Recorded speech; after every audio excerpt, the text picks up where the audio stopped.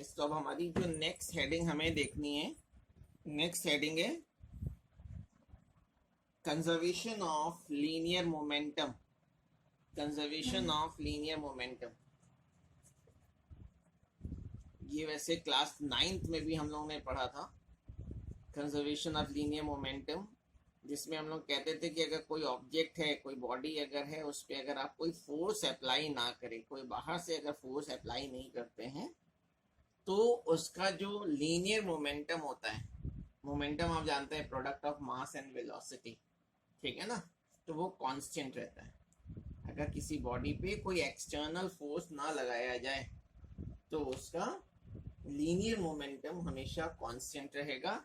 यही इसका स्टेटमेंट है। मैं लिख रहा हूं कि if no external force, if no external force acts on the system, if no external force acts on the system,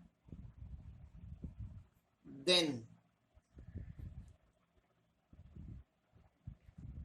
the total linear momentum of the system, then the total linear momentum को आप केवल momentum भी बोल सकते हैं, then the total linear momentum of a system,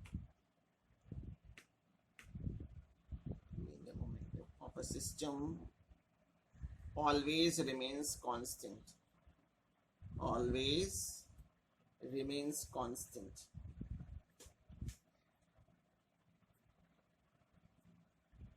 यानी अगर that is if f is equal to 0, then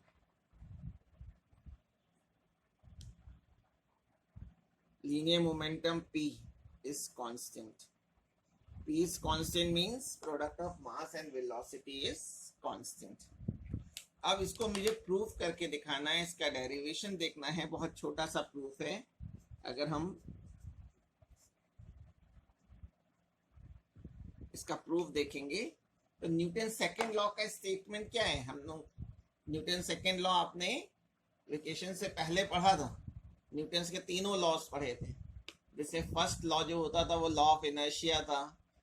second law force को मास और एक्सेलरेशन से रिलेट करता था, जिसमें हम लोग कहते थे कि the rate of change of momentum, यानी 1 सेकेंड में जो मोमेंटम में चेंज आ रहा है वो इक्वल होता था या डायरेक्टली प्रोपोर्शनल होता था अप्लाइड फोर्स के। तो उसी से मैं स्टार्ट करूंगा by Newton second law. By Newton second law, Newton second law से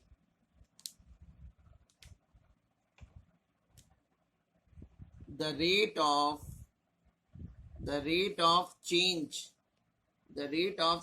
of linear momentum, the rate of change of linear momentum is equal to the applied force F, is equal to the applied force, that is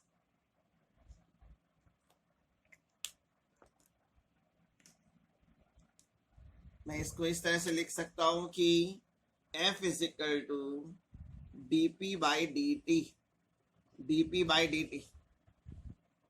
ठीक है। अब अगर मैं कोई external force नहीं लगा रहा हूं, if no external force acts on the system, आप कोई भी फोर्स ही नहीं लगा रहे, इसका मतलब है कि F की वैल्यू 0 है। तो ये F की वैल्यू 0 अगर मैं पुट कर दूं इक्वेशन 1 में,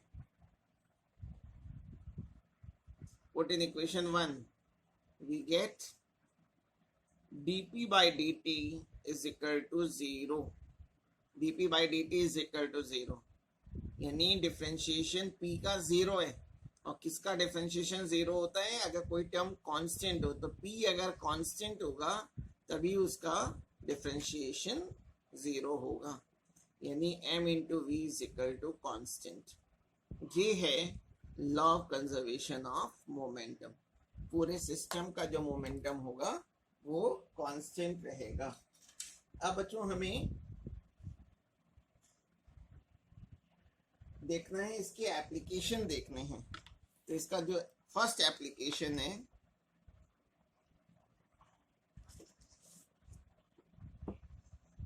application of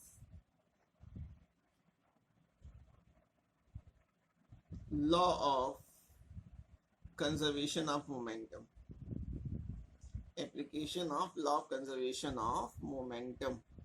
law of conservation of momentum का कहाँ कहाँ यूज होता है, किस टाइप के न्यूमेरिकल्स में यूज होता है। तो इसमें बहुत सारे एप्लीकेशन हैं। मैं इसमें एक आध एप्लीकेशन, 2 एप्लीकेशंस बताऊंगा। एक एप्लीकेशन इस लेक्चर में, इसके बाद जो है नेक्स्ट एप्लीकेशन नेक्स्ट लेक्चर में होगा। तो पहला है recoil velocity, recoil velocity of a gun, recoil velocity of a gun. यानी जब हम किसी गन से फायर करते हैं तो गन कितनी वेलोसिटी से पीछे हटती है, उसको हम लोग recoil velocity of a gun कहते हैं। जैसे ये मैंने एक गन दिखा दी, ये मैंने एक गन दिखा दी है। मैंने सपोज कर लिया है कि जो गन है इसका मास कैपिटल एम है और इसके अंदर जो बुलेट रखी हुई है उसका मास स्मॉल एम है। लेकिन जब तक हमने फायर नहीं किया था, इस बुलेट की भी वेलोसिटी 0 होगी और गन की वेलोसिटी भी 0 होगी। मैंने गन की वेलोसिटी को कैपिटल यू, गन के मास को कैपिटल एम, बुलेट के मास को स्मॉल एम और बुलेट की वेलोसिटी को स्मॉल यू ले लिया है। ठीक है, ये बिफोर फायरिंग का डायग्राम है।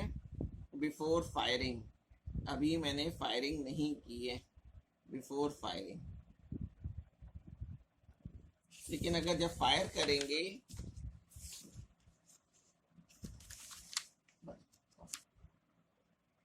और आफ्टर फायरिंग, जब फायरिंग करेंगे उसके बाद का डायग्राम मैं ये फिर बना दे रहा हूँ। फिर ये गन बना दी, गन का मास एम है और जो बुलेट है फायरिंग के बाद, बुलेट स्मॉल एम मास की जो बुलेट है, मैं सपोज कर ले रहा हूँ कि v वेलोसिटी से फॉरवर्ड डायरेक्शन में जाएगी। गन की क्या वेलोसिटी होगी आफ्टर फायरिंग, वो मैंने सपोज कर लिया है कि v है। ठीक है, तो law of conservation of momentum ये कहता है कि मोमेंटम बिफोर फायरिंग इक्वल होगा मोमेंटम आफ्टर फायरिंग। तो अगर मैं मोमेंटम निकालूं before firing, momentum before firing, momentum before firing, तो मैं इसको इनिशियल मोमेंटम कह दे रहा हूं। पी के बेस में आई लिख दिया, पी के बेस में आई लिख दिया। तो मोमेंटम का फॉर्म होता है मास इंटू वेलोसिटी, तो small m into small u plus capital M into capital U. Small m, small u भी 0 है और कैपिटल यू भी 0 है। इसका मतलब ये हो गया कि इनिशियल मोमेंटम भी 0 आ जाएगा। ठीक है, तो इसको मैं इक्वेशन 1 कह दे रहा हूं। अब आफ्टर फायरिंग का डायग्राम ये बना हुआ है। After momentum after firing, momentum after firing, momentum after firing. अगर मैं पी फाइनल निकालूं तो m small v m v plus capital m capital v. ठीक है, और by law of conservation of momentum, by law of conservation of momentum before firing और after firing momentum same रहना चाहिए। यानी final momentum is equal to initial momentum. Final momentum है small m v plus capital M v is equal to 0। तो इससे अगर मैं capital V की वैल्यू निकाल लूँ तो कैपिटल वी की जो वैल्यू आ जाएगी वो आ जाएगी m v upon capital M. Negative sign ये इंडिकेट कर रहा है कि फायरिंग के बाद गन पीछे हटेगी। ठीक है, नेगेटिव साइन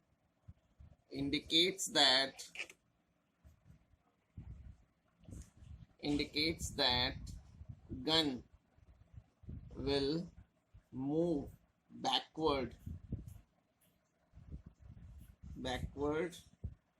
after firing. तो यहाँ तक आपको इस लेक्चर में करना है। अब इसके नेक्स्ट एप्लीकेशन हम लोग थर्ड लेक्चर में पढ़ेंगे।